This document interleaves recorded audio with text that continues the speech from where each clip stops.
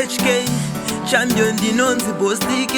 AK ngoma ndabuda UK na wana name ndapinda ndino ataka jamuka ndamuka gwini ngoma ndinogwina setabuka ime boss DK ndosiya baburoka pamangoma ndinova overtake ndokuona ipatipi kunjifamba ne40 renje dzepabasa vana kumusha vachiseva nemchacha aiwa mudhara apa manyanya hasha dai maita nyasha mona chi pari pajoza baba vangoti zii vana kumusha vanoda kuti varwadza muchembere neBP aiwa neBP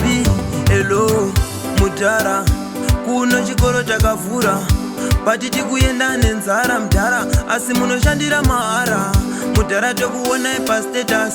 makabana doro machekasi mudhara mune moyo wajudhasi ndangoti ndikuudze pastatus tokuona ipatipi kunjifamba ne40 renje dzepabasa vana kumusha vachiseva nemchacha aiwa mudhara apa manyanya hasha dai maita nyasha mona chi pari pajoza baba vangoti zii vana kumusha vanoda kuti varwadza muchembere neBP aiwa neBP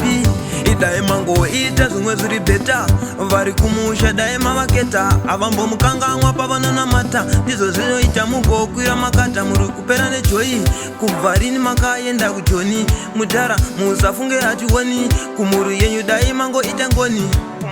ndokuona ipatipi kunjifamba ne40 renje dzepabasa vana kumusha vachiseva nemchacha aiwa mudhara apa manyanya hasha dai maita nyasha mona chi pari pajoza baba vangoti zii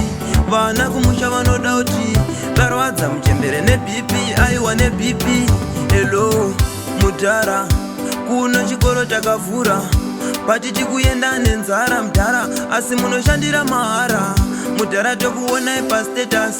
makabana doro machekasi mudhara mune moyo wajudhasi ndangoti ndikuudze pastatus tokuona ipatipi kunjifamba ne40 renje dzepabasa vana kumusha vachiseva nemchacha aiwa mudhara apa manyanya hasha dai maita nyasha mona chi pari pajoza baba vangoti zii vana kumusha vanoda kuti varwadza muchembere neBP aiwa neBP